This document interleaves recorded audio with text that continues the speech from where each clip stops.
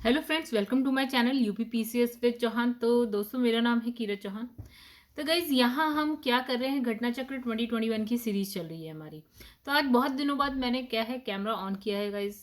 तो इस टाइम क्या है, वीडियो बनाने में थोड़ी सी ना गाइज थकान हो जाती है, तो कैमरा ऑन करने का ऐसा मन नहीं करता।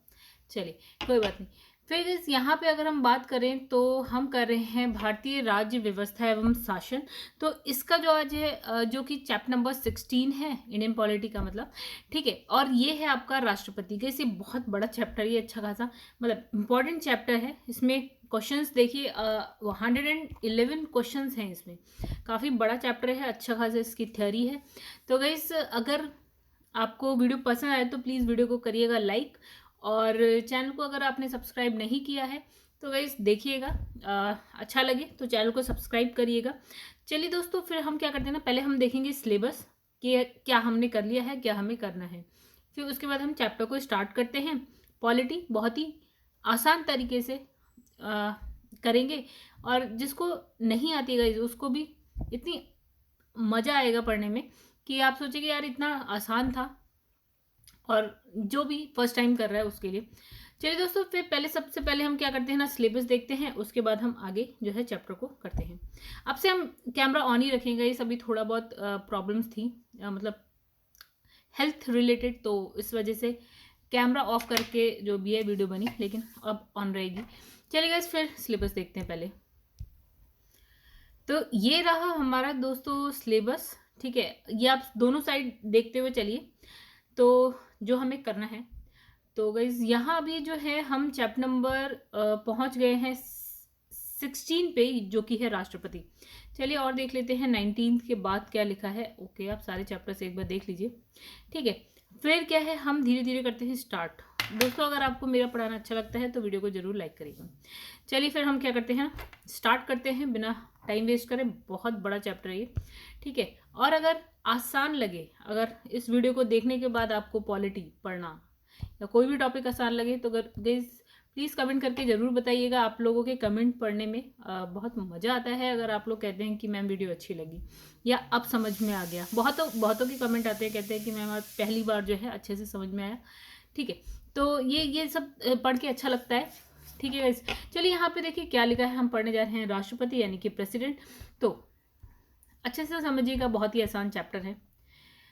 तो गाइज ये देखिए, इसमें लिखा भारत का जो राष्ट्रपति है देश का क्या होता है, प्रथम नागरिक होता है। तो आपको ये बात पता होनी चाहिए कि जो देश का प्रथम नागरिक है वो राष्ट्रपति है। आर्टिकल 52 के अनुसार क्या है, भारत का एक राष्ट्रपति होगा। ठीक है, तो आपको एक आर्टिकल याद रखना है राष्ट्रपति के लिए, भारत के लिए एक राष्ट्रपति होगा। ये आर्टिकल 52 में लिखा हुआ है। चलिए ये याद रख लेंगे हम। आर्टिकल 53 के तहत क्या लिखा है, संघ की समस्त कार्यपालिका शक्ति राष्ट्रपति में निहित होती है, और इस शक्ति का प्रयोग वह संविधान के अनुसार स्वयं और अपने अधीनस्थ अधिकारियों द्वारा करेगा। ठीक है, अब देखिए, इसने कहा कि जैसे हम जानते हैं हमारे पास तीन शक्तियां होती हैं, एक कार्यपालिका, एक विधायिका और एक न्यायपालिका। ठीक है, यहां बात करी गई है गाइस कार्यपालिका की। ठीक है, तो कार्यपालिका की जो समस्त शक्ति है वो किस में होती है, आपकी यानी कि एडमिनिस्ट्रेशन की जो सारी की सारी शक्ति होती है वो आपकी राष्ट्रपति की होती है। और क्या है, वो क्या करता है, इसका स्वयं जो है प्रयोग करता है और हेल्प लेता है गाइस। वो अपने अधीनस्थ अधिकारियों की हेल्प लेता रहता है कोई भी काम करने में। चलिए आगे बढ़ते हैं। तो आर्टिकल 52 हो गया, फिर आर्टिकल 53 हो गया। आर्टिकल 54 में क्या कहता है कि राष्ट्रपति का निर्वाचन क्या होता है, एक निर्वाचन मंडल द्वारा होता है। और राष्ट्रपति के निर्वाचन मंडल में देखिए निर्वाचन एक मंडल के द्वारा होता है, जैसे हम बोलते हैं निर्वाचन मंडल, यानी कि जो इलेक्शन होता है ना वो। तो इसमें लिखा है जो निर्वाचन मंडल में कौन कौन होता है। अब इसकी बात कर लेते हैं।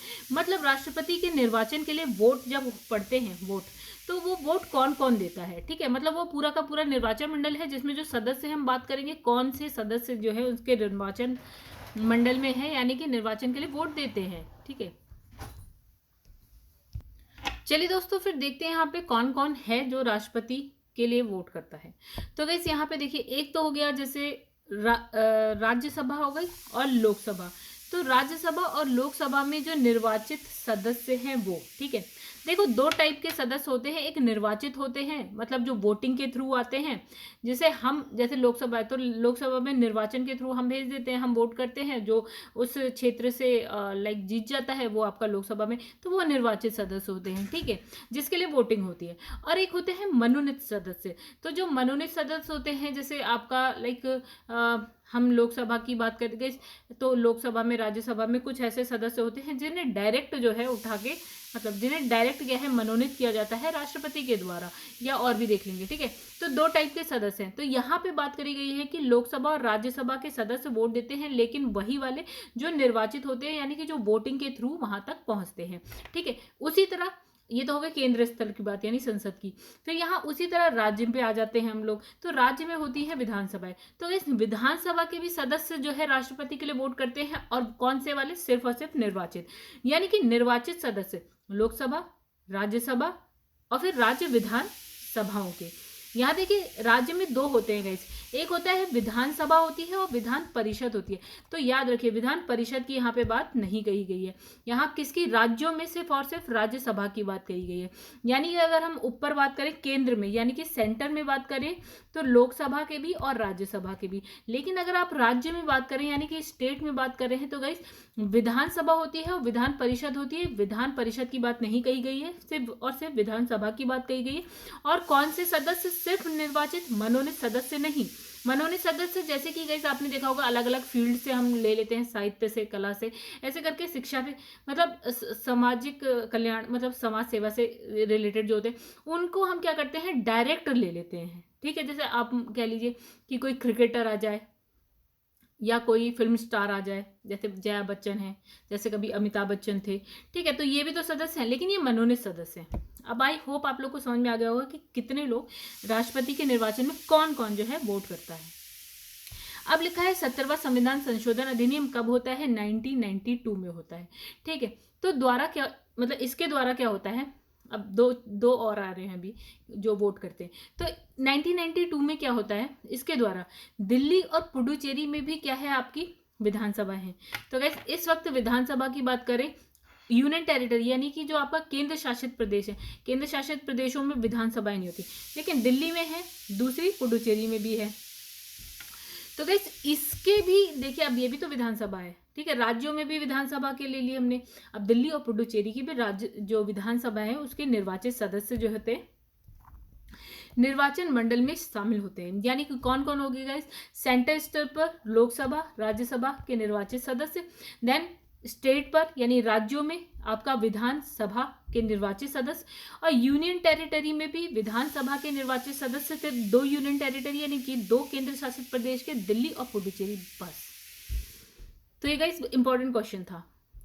अब लिखा है हालांकि जम्मू और कश्मीर राज्य के रूप में उसकी विधानसभा के निर्वाचित सदस्य निर्वाचन मंडल में शामिल थे। यानी इसने ये कहा कि जब जम्मू कश्मीर राज्य था ना, तो उसकी जो विधानसभा थे उसके भी निर्वाचित जो सदस्य थे वो वोट करते थे। लेकिन अभी क्या हो गया, कुछ चेंजेस हो गए। अब यह लिखा है करते थे लिखा है, ठीक है। अभी वहां पे फिलहाल कुछ विधानसभा का हिसाब किताब नहीं है। अब वो क्या है, केंद्र शासित प्रदेश बन गया है जम्मू कश्मीर और लद्दाख। तो उसकी बात छोड़ देते हैं अभी। फिर लिखा है कि राष्ट्रपति के चुनाव में मनोनीत सदस्य एवं जो विधान परिषद के सदस्य भाग नहीं लेते। हमने यही कहा कि विधानसभा, विधान परिषद में विधान परिषद को हमने काट दिया, वहां से नहीं लेते, विधान परिषद से नहीं लेते। दूसरा मनोनीत, सिर्फ निर्वाचित सदस्य भाग लेते हैं, मनोनीत सदस्य भाग नहीं लेते, तो वो भी यहाँ लिख दिया। तो आई होप आप लोग को आप थोड़ा सा इसे पढ़ के अच्छा लग रहा होगा। अब हम पहुंचते हैं आर्टिकल नंबर 55(3) के अनुसार। ये आर्टिकल नहीं भी याद होता ना गाइस, कोई बात नहीं, मतलब आर्टिकल नंबर याद नहीं होता है तो कोई बात नहीं, ठीक है। ऐसे तो कितने आर्टिकल होते हैं। चलिए, तो इसमें बस क्या कह रहा है सुनते हैं। तो 55(3) के अनुसार लिखा है राष्ट्रपति का चुनाव आनुपातिक प्रतिनिधित्व के अनुसार एकल संक्रमणीय मत और गुप्त मतदान के द्वारा होता है। तो गाइस आप ना इसको, ये एक पूरा का पूरा प्रोसेस होता है राष्ट्रपति के चुनाव का, कि हम किस तरह से चुनाव करते हैं, ठीक है। यानी कि किस तरह से जब ये सांसद होते हैं या जो एमएलएज होते हैं, जब वो वोट देते हैं, तो उनका जो वोट का परसेंटेज होता है ना, तो उसका जो वैल्यू होती है वो सांसद की अलग होगी, वो आपकी किसकी जो विधानसभा के सदस्य होंगे यानी कि एमएलएस की अलग होगी, हम उनको मैच कराने की कोशिश करते हैं। ठीक है गाइस, तो मतलब एक पूरा का पूरा इसमें कैलकुलेशन लगती है। अगर इसमें आगे होगा तो हम बात करेंगे कि किस तरह से होता है।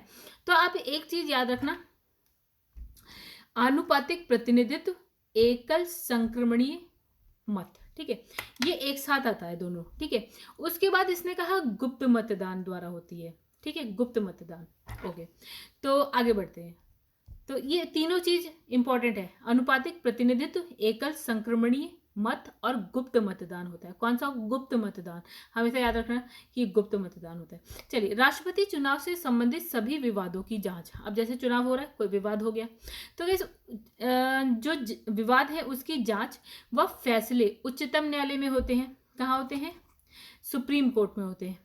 जांच या फैसले जो भी है राष्ट्रपति के, अब संसद वंसद में तो नहीं हो सकते गाइस, क्योंकि हम संसद, जब हम पूरे संसद की बात करते हैं तो गाइस उसमें लोकसभा होती है, राज्यसभा होती है और राष्ट्रपति, तीनों एक साथ होते हैं। अब इनमें से तो कोई राष्ट्रपति के लिए कुछ कर नहीं सकता। अब इससे ऊपर हम क्या सर्वश्रेष्ठ क्या है हमारी है, लाइक सुप्रीम कोर्ट है, लाइक उच्चतम न्यायालय है। तो कोई प्रॉब्लम होती है तो हम वहां पहुंच जाएंगे। इसका फैसला क्या होता है? अंतिम होता है, मतलब इसके ऊपर अब कुछ भी नहीं है, ये जो फैसला दे देंगे वही अंतिम हो जाएगा। राष्ट्रपति के चुनाव को इस आधार पर चुनौती नहीं दी जा सकती कि निर्वाचन मंडल अपूर्ण है। मतलब सपोज कि राज्यसभा के सदस्य नहीं है जब निर्वाचन हो रहा है, या लोकसभा के कुछ सदस्य नहीं है, या विधानसभा के नहीं है, तो इसका मतलब ये नहीं कि यार वो लोग प्रेजेंट नहीं है तो ये क्या बोलते हैं, चुनाव ही नहीं हो रहा है। नहीं, इस पर चुनौती नहीं दी जा सकती। निर्वाचन मंडल में जितने सदस्य होंगे वो लोग कर दें वोट। ठीक है, आगे बढ़ सकते हैं। उपस्थित हो अनुपस्थित हो फर्क नहीं पड़ता, जितने होंगे उससे काम चल जाएगा। फिर लिखा आर्टिकल नंबर 58 में राष्ट्रपति के निर्वाचित होने के लिए अर्हताएं, मतलब क्वालिफिकेशन की बात कही गई है। यानी ये आर्टिकल याद रखिएगा, कौन से आर्टिकल में लिखा है? 58 में लिखा है कि भैया क्या क्वालिफिकेशन क्या होना चाहिए कि आप राष्ट्रपति के चुनाव के लिए खड़े हो सकें। तो देखिए, सबसे पहला तो ये है कि वो भारत, तीन ही है गाइस। ठीक है, तीन चीजें याद कर लीजिए, खत्म। सबसे पहला बहुत सिंपल है, भारत का नागरिक, गाइस हम भी हैं, आप भी हैं। दूसरा इसने कहा जो एज है वो 35 होनी चाहिए, 35 से ज्यादा होनी चाहिए। तीसरा इसने कहा कि लोकसभा का सदस्य निर्वाचित होने की योग्यता होनी चाहिए, यानी कि सपोज कि जो एमएलए जो एमपी होते हैं ना, जो लोकसभा के लिए चुनने योग्य होती हैं, जिनकी जो जो चीजें पॉइंट्स होते हैं लोकसभा के लिए, वही राष्ट्रपति के लिए होने चाहिए। ठीक है गाइस, योग्यताएं सेम लोकसभा वाले की होनी चाहिए। 35 वर्ष, भारत का नागरिक, और योग्यताएं लोकसभा वाली। अब है राष्ट्रपति के चुनाव में नामांकन के लिए। देखिए, अब नामांकन होता है गाइस, तो नामांकन के लिए उम्मीदवार के कम से कम 50 क्या होते हैं, प्रस्तावक होने चाहिए। कम से कम 50 प्रस्तावक, और 50 ही क्या होने चाहिए, अनुमोदक होने चाहिए। तो ये भी बहुत इंपॉर्टेंट गाइस, नामांकन आप तभी कर सकते हैं, सपोज कि मुझे करना है, मुझे अपना नाम देना है राष्ट्रपति के लिए, तो मेरे 50 क्या होने चाहिए, प्रस्तावक होने चाहिए, और मेरे ही साइड से 50 अनुमोदक भी होने चाहिए, मतलब मेरा समर्थन करने के लिए 50 प्रस्तावक और 50 क्या है, अनुमोदक होने चाहिए। राइट, चलिए आगे बढ़ते हैं। मतलब मेरा समर्थन करें इतने तभी माना जाएगा। ठीक है, तभी आगे कहानी बढ़ेगी। चलिए आगे बढ़ते हैं। तो इसमें लिखा है जमानत राशि होती है कुछ, ठीक है, जो हमें जमा करनी पड़ती है। तो गाइस, जो राष्ट्रपति जब नामांकन करता है तो क्या है, उसको एक जमानत राशि देनी होती है 15,000 रुपये। ठीक है, यदि उम्मीदवार, अब क्या है, सपोज कि मैं खड़ी हूँ, मैंने क्या करा, मेरे 50 अनुमोदक भी हैं और प्रस्तावक भी हैं, और मैंने 15,000 रुपये जो है आपकी जमानत राशि भी जमा कर दी है। ठीक है, अब क्या होगा, अब लिखा है यदि उम्मीदवार कुल जितने भी वोट डाले गए हैं उसका अगर 1/6 भाग प्राप्त करने में असमर्थ होता है, सपोज कि 600 वोट डाले गए, राइट, मान लेते हैं 600 वोट पड़े हैं टोटल, तो इसका 1/6 भाग यानी कि 100 वोट भी अगर मुझे नहीं मिलते, यानी कि 100 वोट प्राप्त करने में भी मैं असमर्थ हूं, तो जो ये मेरी जमानत राशि है वो जब्त हो जाएगी, मुझे वापस नहीं मिलेगी। मतलब क्या है, जमानत राशि आपको वापस मिल जाएगी अगर आपके इससे ज्यादा मत हैं, तो वोट मिले हैं आपको। यदि नहीं मिले हैं तो वो 15,000 रुपीज जो है मेरा जब्त हो जाएगा, मतलब अब मुझे दोबारा मिलेगा नहीं। हालांकि इससे कितना ही फर्क पड़ेगा 15,000 रुपये से, मतलब जो खड़ा हो रहा है राष्ट्रपति के लिए उसके पास तो होंगे ऑलरेडी। तो इसमें लिखा है आर्टिकल नंबर 56 में राष्ट्रपति की पदावधि, ठीक है, पद ग्रहण करने की मतलब कितने टाइम के लिए होता है, तो ये 5 वर्ष तक के लिए होता है। जैसे ही आपने पद ग्रहण किया तो उसके बाद 5 साल के लिए होता है। अब लिखा है अनुच्छेद 56, अभी तो 56 में पढ़ लिया 5 साल पदावधि। फिर 56(1) का के अनुसार क्या कहा है कि भारत का जो राष्ट्रपति है अपना त्यागपत्र, मतलब सपोज कि मुझे त्यागपत्र देना है, अब नहीं रहना मुझे राष्ट्रपति के पद पे, ठीक है, तो मैं अपना त्यागपत्र जो है आपका वो किसको दे सकती हूँ, मैं दे सकती हूँ उपराष्ट्रपति को। देखिए राष्ट्रपति होता है, फिर उसके बाद उपराष्ट्रपति यानी कि प्रेसिडेंट देन वाइस प्रेसिडेंट। तो मैं अपना त्यागपत्र किसको दूंगी, मैं वाइस प्रेसिडेंट यानी कि उपराष्ट्रपति को दूंगी। तो इस उपराष्ट्रपति इसकी सूचना क्या करेगा,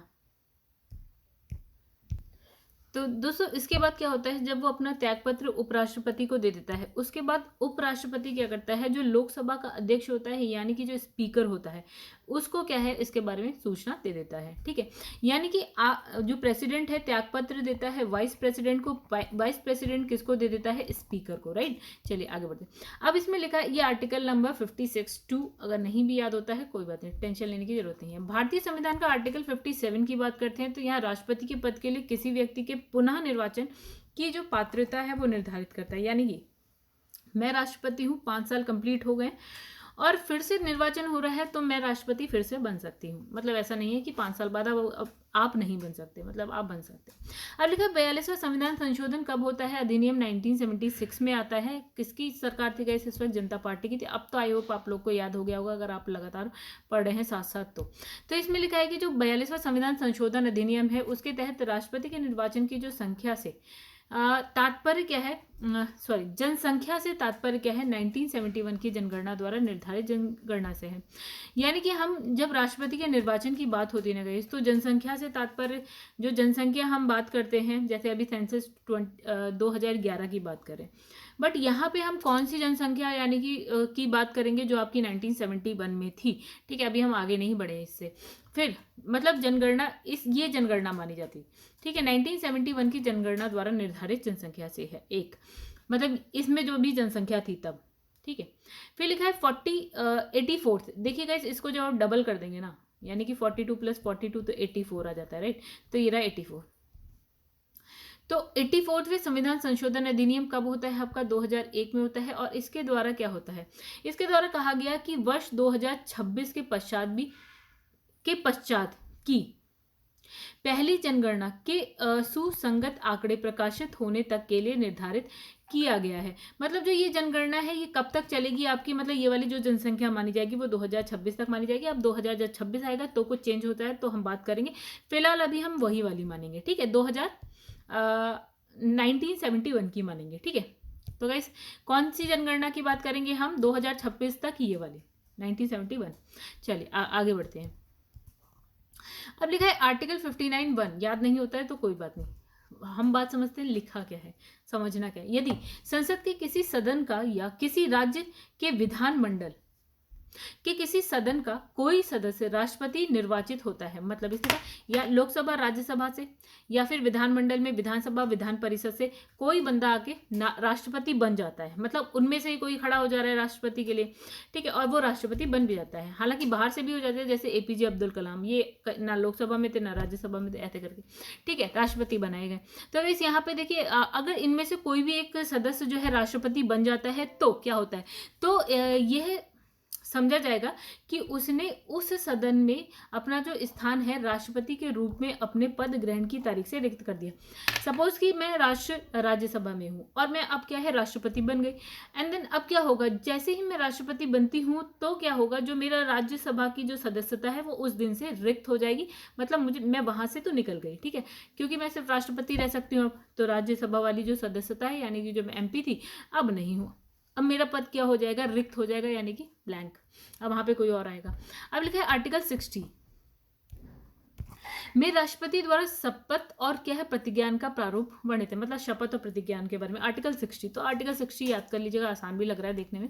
अब लिखा है भारत के राष्ट्रपति को शपथ जो है कौन दिलाता है, ये भी बहुत इंपॉर्टेंट होता है। शपथ के बारे में लिखा है 60 आर्टिकल 60 में, लेकिन अब ये भी बहुत इंपॉर्टेंट है कि किसको कौन शपथ दिलाता है। तो राष्ट्रपति को शपथ कौन दिलाता है, लिखा है मुख्य न्यायाधीश यानी कि चीफ जस्टिस ऑफ इंडिया, जो सबसे सुप्रीम कोर्ट का जो चीफ जस्टिस है वो, ठीक है, राष्ट्रपति से ऊपर तो हम एक बार को सुप्रीम कोर्ट को मानते हैं, तो सुप्रीम कोर्ट में कौन, चीफ जस्टिस ऑफ इंडिया। अगर वो अनुपस्थित है तो क्या होगा कि सुप्रीम कोर्ट का ही कोई आपका वरिष्ठ न्यायाधीश, कोई एजेड कोई होगा, बहुत समय से बहुत ज्यादा एक्सपीरियंस वाला, तो वो जो है राष्ट्रपति को शपथ दिलाएगा। ठीक है, अब लिखा है वर्तमान में राष्ट्रपति का जो वेतन है वो 5 लाख रुपए प्रति माह है, यानी कि पर मंथ कितनी सैलरी है उनकी, 5 लाख रुपए।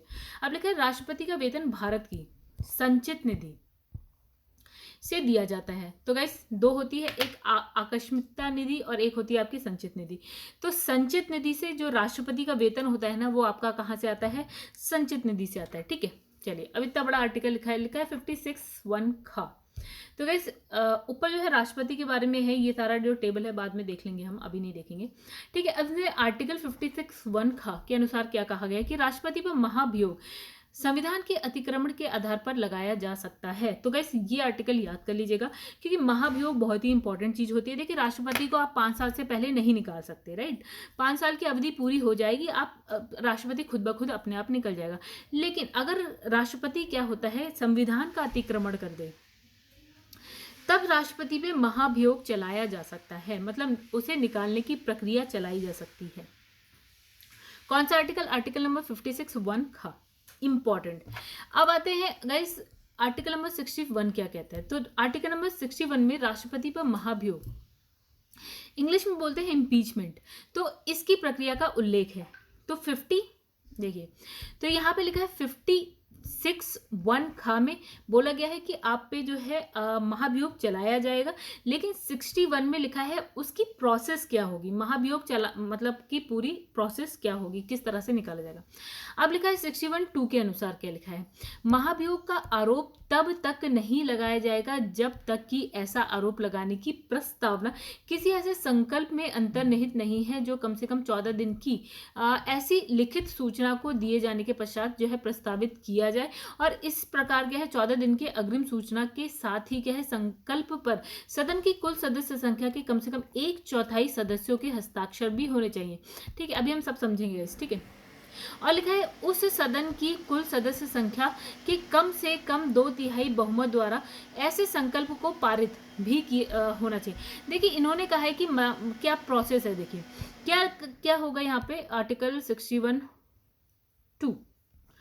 तो गाइस अगर आपको राष्ट्रपति पे मतलब अगर सदन को राष्ट्रपति पे महाभियोग चलाना है तो क्या होगा, सबसे पहले तो आपको राष्ट्रपति को 14 दिन पहले सूचित करना पड़ेगा। और जो प्रस्ताव आएगा ना गाइस, तो 14 दिन पहले क्या है, अग्रिम मतलब पहले ही सूचना राष्ट्रपति को देनी पड़ेगी और एक प्रस्ताव के थ्रू देना पड़ेगा। ठीक है, एक प्रस्ताव जो है राष्ट्रपति के पास जाएगा 14 दिन पहले कि भैया हम आपके ऊपर महाभियोग चलाने वाले हैं। लेकिन अब उस जो प्रस्ताव है ना गाइस, उस पर कम से कम जो आपके सदन है, सदन की जो कुल संख्या होगी, उसका सदन की कुल संख्या का कम से कम 1/4 मतलब 1/4 सदस्य, सपोज की सदन की संख्या है 400, सपोज हम मान रहे हैं आसान करने के लिए, तो उसका जो है 1/4 यानी कि कितना हो गया गाइस, 100। तो 100 सदस्य के यहाँ पे क्या चाहिए, सिग्नेचर चाहिए एटलीस्ट, कि हम महाभियोग चलाने वाले हैं। और 100 सदस्य अगर जो है सिग्नेचर कर दें तभी वो प्रस्ताव आगे जाएगा और फिर उसको माना जाएगा। ठीक है, चलिए आगे चला गया। सपोज कि 100 सदस्य यानी कि 1/4 सदस्यों ने सिग्नेचर कर दिए। अब ये जो है आपको राष्ट्रपति के पास पहुंच गया, मतलब कि अब उन तक पहुंच गया। 14 दिन पहले हमने क्या है, सूचना दे दी है उनको। अब क्या होगा, हो गया काम खत्म यहाँ पे। फिर क्या होगा, अब होगी वोटिंग। ठीक है, सदन में होगी वोटिंग और सदन में कम से कम 2/3 बहुमत से, यानी कि 2/3 बहुमत के द्वारा जो है संकल्प को पारित किया जाएगा। यानी सपोज कि सदस्य टोटल जो है वोट देने वाले हैं 600 लोग, तो उसका 2/3 एटलीस्ट होना चाहिए, मतलब वोट पड़ने चाहिए। उस जो संकल्प आया है उसको पारित करने के लिए 2/3 वोट पड़ने चाहिए। यानी कि गाइस ये हो गया कुछ 400, यानी कि 400 लोग वोट करें 600 में से, तभी राष्ट्रपति का जो महाभियोग है उसको मतलब वो कंप्लीट होता है। ठीक है, तो गाइस हमने क्या कहा कि जो ये है राष्ट्रपति, तो इन्हें 14 दिन पहले एक प्रस्ताव दिया जाएगा और प्रस्ताव पे कम से कम सदन के 1/4 लोगों के हस्ताक्षर होने चाहिए। तो यहाँ पे हो गए हस्ताक्षर 1/4 लोग के। अब क्या होगा, जो भी संकल्प आता है उस पे सदन के जो है 2/3 बहुमत से इसे पारित किया जाएगा, यानी कि 2/3 लोग कम से कम इसके खिलाफ मतलब इसके समर्थन में वोट करें कि महाभियोग हो जाएगा कंप्लीट। ठीक है, तो आई होप इतनी बात आपको समझ में आई होगी। चलिए, यहाँ लिखा है आर्टिकल 62(2) के अनुसार क्या लिखा है, यदि राष्ट्रपति पद की रिक्ति, राष्ट्रपति की मृत्यु, अब देखो दो तरीके से राष्ट्रपति या तो त्याग पर, देखिए या तो 5 साल पूरे हो जाएंगे तो जो चले जाएंगे तो उसकी तो कोई बात ही नहीं, महाभियोग हो जाएगा तो भी जा सकते हैं। दूसरा ऐसा हो सकता है कि उनकी मृत्यु हो जाए या पद त्याग दें खुद से, पद से हटाए जाने के कारण, या हटाया जाए, महाभियोग लग जाए, तो ये सारी चीजें हो जाती हैं। सपोज 5 साल कंप्लीट नहीं होता है लेकिन ये सब हो जाता है। सपोज कि 3 साल में हो गया, या तो मृत्यु हो गई, पद त्याग दिया, पद से हटा दिया गया, मान लेते हैं ये सारी चीजें होता है।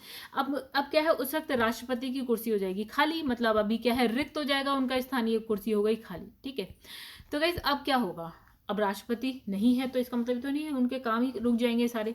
तो ये हो जाएगा कि जो पद रिक्त को भरने के लिए निर्वाचन, रिक्ति होने की जो तारीख के पश्चात यथाशीघ्र और प्रत्येक दशा में 6 महीने बीतने से पहले पहले हो जाना चाहिए। सपोज कि आज जो है पद खाली हो गया, अब अगले 6 महीने से पहले निर्वाचन हो जाना चाहिए, यानी कि इस कुर्सी पे एक राष्ट्रपति बैठ जाना चाहिए 6 महीने आते आते।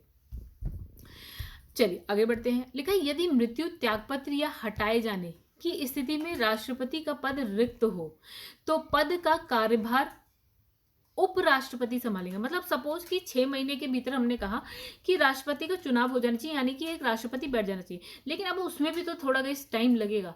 उतनी टाइम तक के लिए कौन बैठता है, अगर राष्ट्रपति नहीं है तो उपराष्ट्रपति बैठ जाएंगे, यानी कि अगर प्रेसिडेंट नहीं है तो वाइस प्रेसिडेंट उनका कार्यभार संभालेंगे। ठीक है, अब लिखा है यदि किन्हीं कारणों से उपराष्ट्रपति भी नहीं है तो गाइस उच्चतम न्यायालय का मुख्य न्यायाधीश, यानी कि चीफ जस्टिस ऑफ इंडिया का नाम आ जाएगा। राइट, मतलब प्रेसिडेंट नहीं है तो वाइस प्रेसिडेंट, नहीं है तो चीफ जस्टिस ऑफ इंडिया। ठीक है, अब उनके ना रहने पे, सपोज कि चीफ जस्टिस ऑफ इंडिया भी नहीं है, तो गाइस क्या होगा कि जो वरिष्ठतम न्यायाधीश होगा ना सुप्रीम कोर्ट का, तो वो जो है आपका राष्ट्रपति का कार्यभार संभालने लगेगा। ठीक है, प्रेसिडेंट नहीं है, वाइस प्रेसिडेंट सपोज कि ये भी नहीं है, चीफ जस्टिस ऑफ इंडिया, ठीक है, ये भी नहीं है, तो सुप्रीम कोर्ट का ही कोई वरिष्ठतम न्यायाधीश जो है राष्ट्रपति की कुर्सी पर बैठेगा जब तक कि नया राष्ट्रपति का निर्वाचन नहीं हो जाता। आई होप आप लोग को समझ में आया होगा, और आया है तो प्लीज लाइक करिएगा वीडियो को। फिर लिखा है आर्टिकल 77 के अनुसार भारत सरकार के समस्त कार्यपालिका कृत राष्ट्रपति के नाम से होते हैं। मतलब जो भी कार्यपालिका के जितना भी काम होता है गाइस, उस पे जो सिग्नेचर होते हैं ना, वो किसके होते हैं, राष्ट्रपति, और किसके नाम पे होते हैं, राष्ट्रपति के नाम पे ही होते हैं। ठीक है, तो ये कहता है 78 में क्या लिखा है कि राष्ट्रपति को जानकारी देने,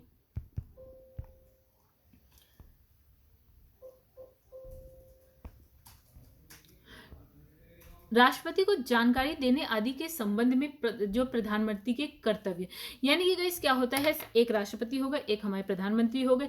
अब प्रधानमंत्री का कर्तव्य है कि वो राष्ट्रपति को जानकारी दे क्या क्या हिसाब किताब चल रहा है, क्या क्या है, या ठीक है। तो आर्टिकल कौन सा है ये, 78, आर्टिकल नंबर 78 में प्रधानमंत्री राष्ट्रपति को जानकारी देता है। ओके, ये भी इंपॉर्टेंट है आर्टिकल 78।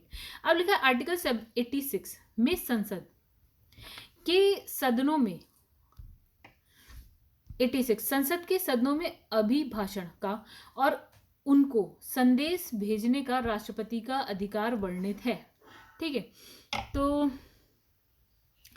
सदन में अभिभाषण और संदेश भेजने का राष्ट्रपति का अधिकार है, आर्टिकल नंबर 86 में। 87(1) में क्या कहा है कि राष्ट्रपति लोकसभा के लिए प्रत्येक आम चुनाव के बाद एक सत्र के आरंभ, मतलब प्रथम सत्र के आरंभ में, और प्रत्येक वर्ष के जो है प्रथम सत्र के आरंभ में एक साथ क्या है, संवेद संसद के दोनों सदनों को अभिभाषण करता है। तो यानी कि इसने कहा कि जैसे ही सपोज की लोकसभा नई कोई लोकसभा आती है तो उसका आम चुनाव हो गए, मतलब जैसे कि अभी 2014 में चुनाव है, सपोज 2024 में चुनाव होंगे लोकसभा के, तो जो पहला आम चुनाव हो गया, अब उसका जो पहला सत्र होगा ना गाइस, उसका कह रहा है। ठीक है, पहला सत्र जैसे ही कि चुनाव हो गए, अब आगे बैठ गई लोकसभा पूरी, तो जो पहला सत्र है उसका पहले सत्र का, और प्रत्येक वर्ष जो प्रथम सत्र होगा, कितने सत्र होते हैं, 3 सत्र होते हैं, तो जो पहला सत्र होगा ना, प्रथम सत्र जो होगा उसमें अभिभाषण, ठीक है, उसमें क्या होता है, संसद के दोनों सदनों में अभिभाषण करता है कौन? राष्ट्रपति। ठीक है, चलिए प्रथम सत्र लोकसभा चुनाव के बाद सबसे नई जो लोकसभा आएगी, और प्रत्येक वर्ष का प्रथम सत्र भी दोनों में, और दोनों सदनों में। सदन कौन से होते हैं? लोकसभा, राज्यसभा। तो इसमें अभिभाषण कौन करता है? अभिभाषण राष्ट्रपति करता है। फिर लिखा आर्टिकल 108 के तहत,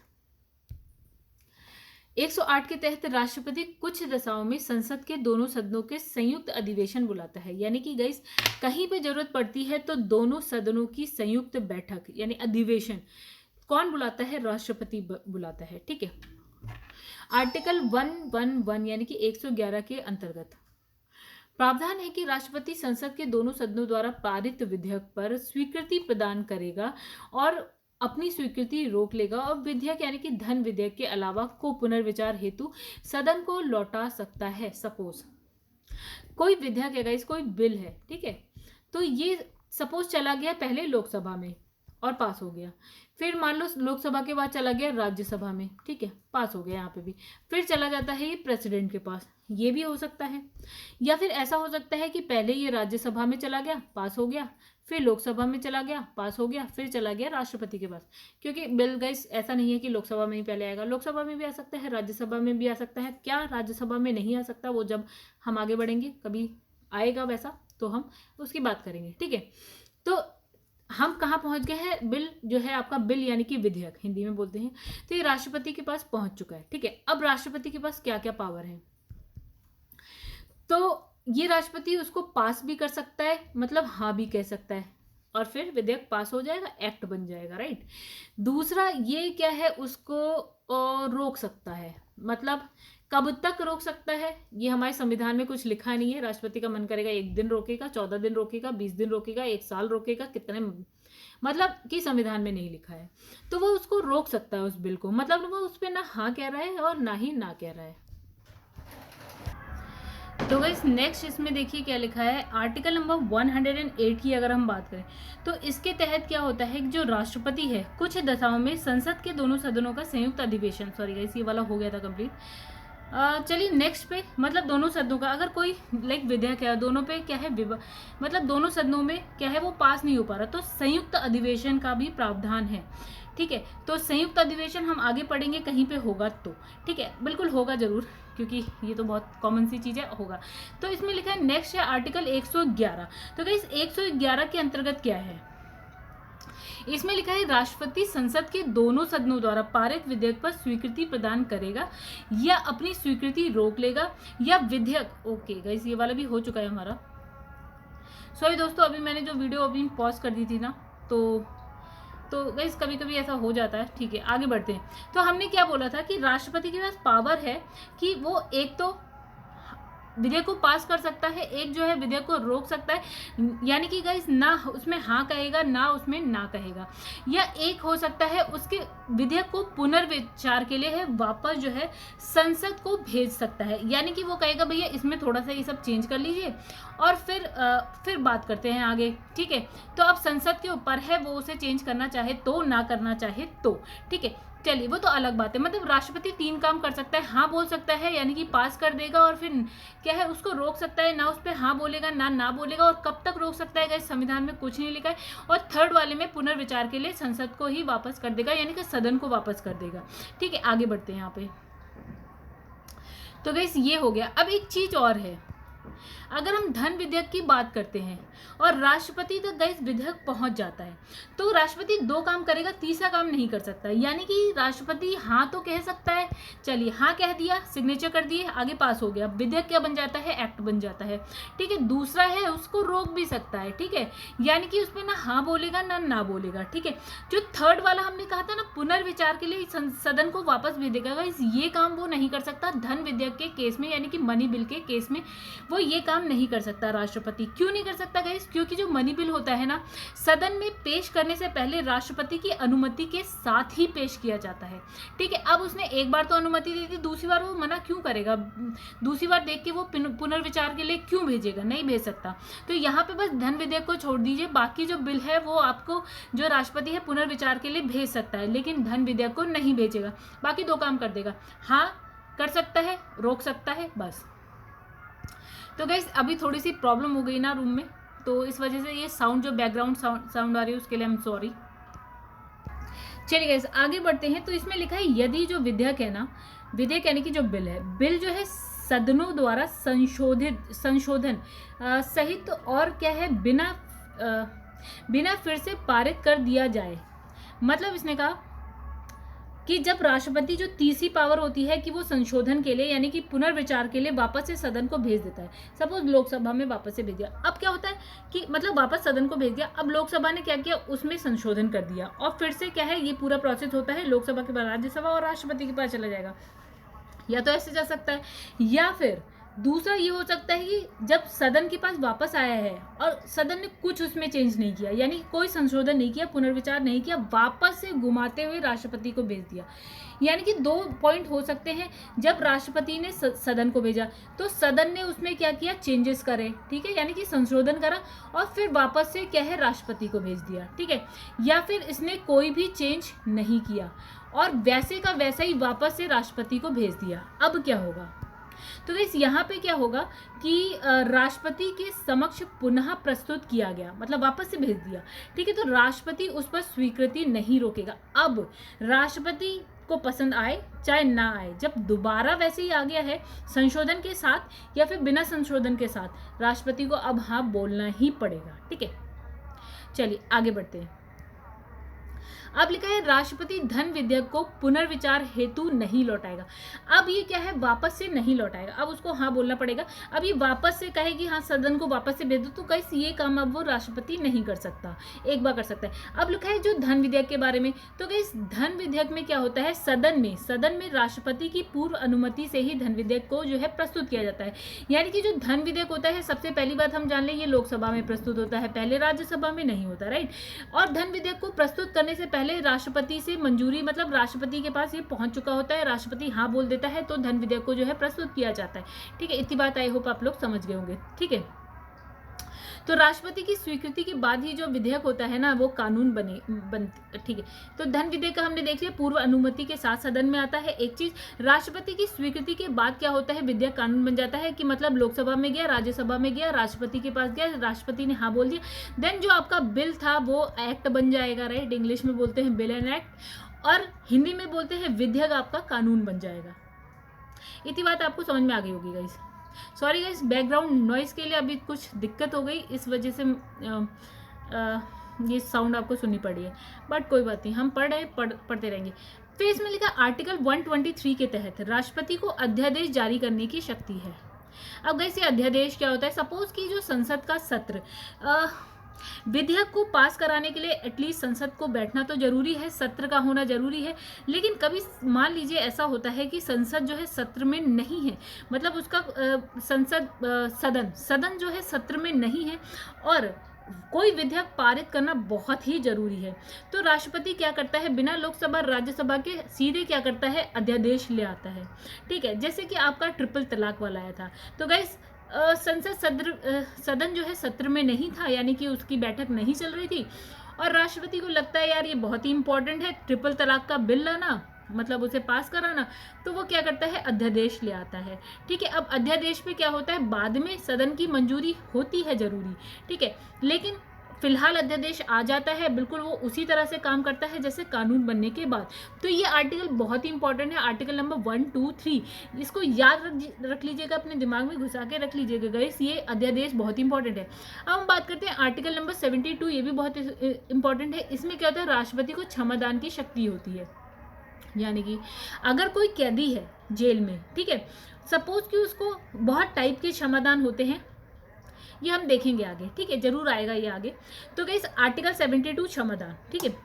तो गाइस इसमें क्या होता है कि सपोज कि मैं हूँ एक कोई आरोपी हूँ, मुझे दंड मिला हुआ है, 10 साल की जेल हुई है। अब क्या है, राष्ट्रपति के पास ऐसी शक्ति होती है कि वो उस 10 साल को कम कर सकता है, ठीक है।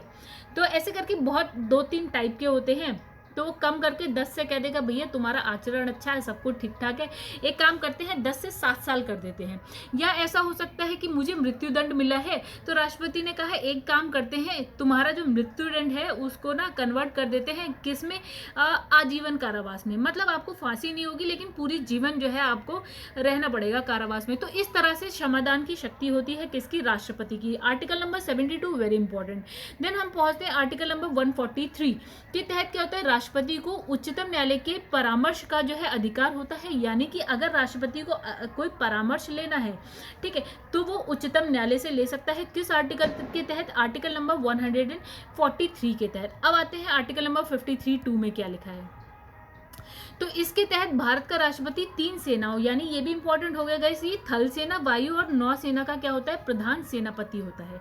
ठीक है, तो आई होप आपको ये भी बात समझ में आ गई होगी। अब यहाँ आते हैं, राष्ट्रपति राष्ट्र का प्रतिनिधित्व करता है, बिल्कुल करता है।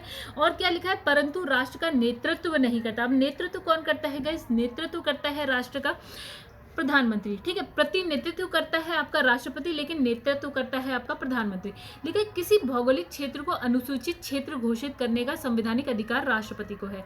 ठीक है, यानी कि कोई क्षेत्र है, अनुसूचित जातियां वहां रहती है, तो उसे अनुसूचित क्षेत्र या जाति जनजाति जो भी वहां रहती है तो उसको जो है जनजाति, ठीक है, तो अनुसूचित जनजातियां रहती हैं तो उसको अनुसूचित क्षेत्र जो है घोषित करने का जो अधिकार है वो संविधान ने राष्ट्रपति को दिया है। तो गाइस आई होप आप लोग को इतनी बातें समझ में आई होंगी। अगर सच में समझ में आई गाइस तो प्लीज़ जो है वीडियो को लाइक करिएगा, कमेंट करके जरूर बताइएगा गाइस, अच्छा लगता है आप लोग के कमेंट पढ़ के। अब यहाँ पे आ जाते हैं, हम देख लेते हैं कौन कौन से राष्ट्रपति हमारे हो चुके हैं। ठीक है, तो गाइस देखिए यहाँ पे सब कुछ लिखा हुआ है। तो जो जैसे इसमें लिखा है, जो सबसे पहले राष्ट्रपति थे वो कौन थे, आपके डॉक्टर राजेंद्र प्रसाद थे। और उनका टाइम पीरियड दे रखा है 1950 से 62 तक का था। ऑलमोस्ट जब तक आपके नेहरू थे, मतलब जब प्राइम मिनिस्टर कौन थे, जवाहरलाल नेहरू, तब तक का टाइम पीरियड है राजेंद्र प्रसाद का भी। ठीक है, 50 से 1950 से लेकर 1962 64 में जो है जवाहरलाल नेहरू की मृत्यु होती है। तो ऑलमोस्ट उनके टाइम तक थे। तो इसके कार्यकाल अनुसार क्रम, यानी कि पहले भी यही थे, दूसरे भी यही थे, तीसरे भी यही थे, 1 से लेकर 3rd तक यही थे। और वैसे देखा जाए तो पहले ही राष्ट्रपति माने जाएंगे। पहला बंदा जो राष्ट्रपति बना वो थे आपके राजेंद्र प्रसाद। दूसरे इसमें लिखा है डॉक्टर सर्वपल्ली राधाकृष्णन। गाइस ये कहाँ से कहाँ तक है, 1962 से 67 तक है। वैसे देखा जाए तो 4th है। ठीक है, जैसे Lok Sabha 1st, Lok Sabha 2nd and Lok Sabha 3rd, फिर लोकसभा 4th में, तो ये हो गए चौथे। अपना टाइम पीरियड पूरा करने के बाद ये हो गए गाइस कौन से, चौथे नंबर के। चलिए, तो वैसे देखा जाए तो ये 2nd है, बंदे 2nd है, Rajendra Prasad 1st, Sarvepalli Radhakrishnan 2nd, 3rd है गाइस आपके जाकिर हुसैन। ठीक है, जाकिर हुसैन का टाइम पीरियड है 67 से लेकर 69, 2 ही साल में ये चलेगा। बिकॉज क्या होता है गाइस, यहाँ पे जो है ना सरकारें अगर चेंज होती हैं तो राष्ट्रपति का भी चेंज होना निश्चित ही ऑलमोस्ट रहता है, या किसी वजह से, हालांकि रहता नहीं है, 5 साल उन्हें रहना पड़ता है, लेकिन कुछ ना कुछ स्थितियां ऐसी बन जाती होंगी कि चेंज हो जाते होंगे। ठीक है, फिर लिखा है आपका तो वी गिरी आपके जो थे, देखिए गाइस यहाँ पे इनका कोई नंबर नहीं लिखा गया है। ठीक है, तो वीवी ये दोनों आपके क्या है, कार्यवाहक है। कार्यवाहक हमने क्या बताया था गाइस, अगर राष्ट्रपति की सिर्फ 2 साल के लिए तो रुके, ऑलमोस्ट देखा जाए तो 67 से 8 और 8 से 9, ठीक है, होना चाहिए था 5 साल के लिए, लेकिन रुके हैं 2 साल के लिए। तो गाइस हमने कहा था जब राष्ट्रपति का पद खाली हो जाता है तो उसकी जगह एक कार्यवाहक राष्ट्रपति आ जाता है, मतलब एक व्यक्ति को कार्यवाहक बना दिया जाता है, मतलब जो उनके कार्यों को करे। ठीक है, तो इसलिए उनको हम काउंट नहीं करते। जैसे हमने कहा था अगर राष्ट्रपति नहीं हुआ तो वाइस प्रेसिडेंट आ जाता है, और वाइस प्रेसिडेंट भी सपोज नहीं है तो आपका चीफ जस्टिस ऑफ इंडिया आ जाता है, और चीफ जस्टिस ऑफ इंडिया भी नहीं है तो वरिष्ठतम कोई न्यायाधीश होगा सुप्रीम कोर्ट का, तो वो आ जाएगा। और इनको हम क्या बोलेंगे, कार्यवाहक ही बोलते हैं, इन्हें राष्ट्रपति नहीं बोलेंगे वैसे। ठीक है, क्योंकि 6 महीने का टाइम पीरियड होता है दूसरा निर्वाचन करने के लिए, जब तक राष्ट्रपति नहीं आता तब तक ये लोग काम कर सकते हैं। तो ये हो गए आपके कार्यवाहक कौन है, वीवी गिरी एक आए, और उसके बाद है न्यायमूर्ति मोहम्मद हिदायतुल्ला। ठीक है, ये आए। तो ये आपके आ गए 69 से लेकर 1969 से 1969 में रहे, और ये भी मतलब वही वाला टाइम पीरियड है, उसी में रहे। फिर इसके बाद गाइस 4th नंबर पे कौन से राष्ट्रपति आ जाते हैं, देखिए फिर जो ये है आपके वीवी गिरी ही राष्ट्रपति बनते हैं 69 से लेकर 74 और 5 ईयर के लिए। 1967 से लेकर 1974 कौन थी यहाँ पे प्रधानमंत्री, तो इंदिरा गांधी थी। ठीक है, उसके बाद आते हैं डॉक्टर फरुखुद्दीन अली अहमद। तो कैसे आते हैं 1974 से लेकर 1977 तक 5, 6, 7 यानी कि ऑलमोस्ट 3 साल के लिए आते हैं। और 77 में क्या कहानी होती है गाइस, एक्चुअली क्या होता है, तब इंदिरा गांधी सरकार गिरती है और जनता पार्टी की सरकार आ जाती है, तो गड़बड़ हो गई होगी कुछ। तो गाइस यहाँ पे देखिए फिर ये हट गए, जो फरुखुद्दीन अली अहमद थे वो हट गए, यहाँ सरकार भी बदली, राष्ट्रपति के पद से वो भी हटे। अब फिर से एक कार्यवाहक राष्ट्रपति आ गया यानी कि बीडी जत्ती, ये आ गए। ठीक है, वो तो थोड़े दिन के लिए रहेंगे क्योंकि राष्ट्रपति तो बनेगा ही कोई ना कोई। तो गाइस कौन आ गए, आपके नीलम संजीव रेड्डी आ गए। तो ये कहाँ से, ये भी गाइस देखिए जरा से ही टाइम पीरियड, सॉरी ये तो कार्यवाहक है, तो इनका ये जो नीलम संजीव रेड्डी हैं तो गाइस वो 1977 से लेकर 82 तक रहे यानी कि 5 साल तक रहे। और इस टाइम जो सरकार थी गाइस किसकी थी देख के बताइएगा। अब ज्ञानी जैल सिंह आ गए, राइट। तो गाइस यहाँ पे भी जो है आपकी कांग्रेस की सरकार नहीं रहती है, तो रहती ही नहीं है। ठीक है, जनता पार्टी की सरकार आ जाती है, उसके बाद भी जो है बड़े मतलब प्रधानमंत्री चेंज हुए हैं कुछ कुछ। ठीक है, अब यहाँ पे आ गए ज्ञानी जैल सिंह।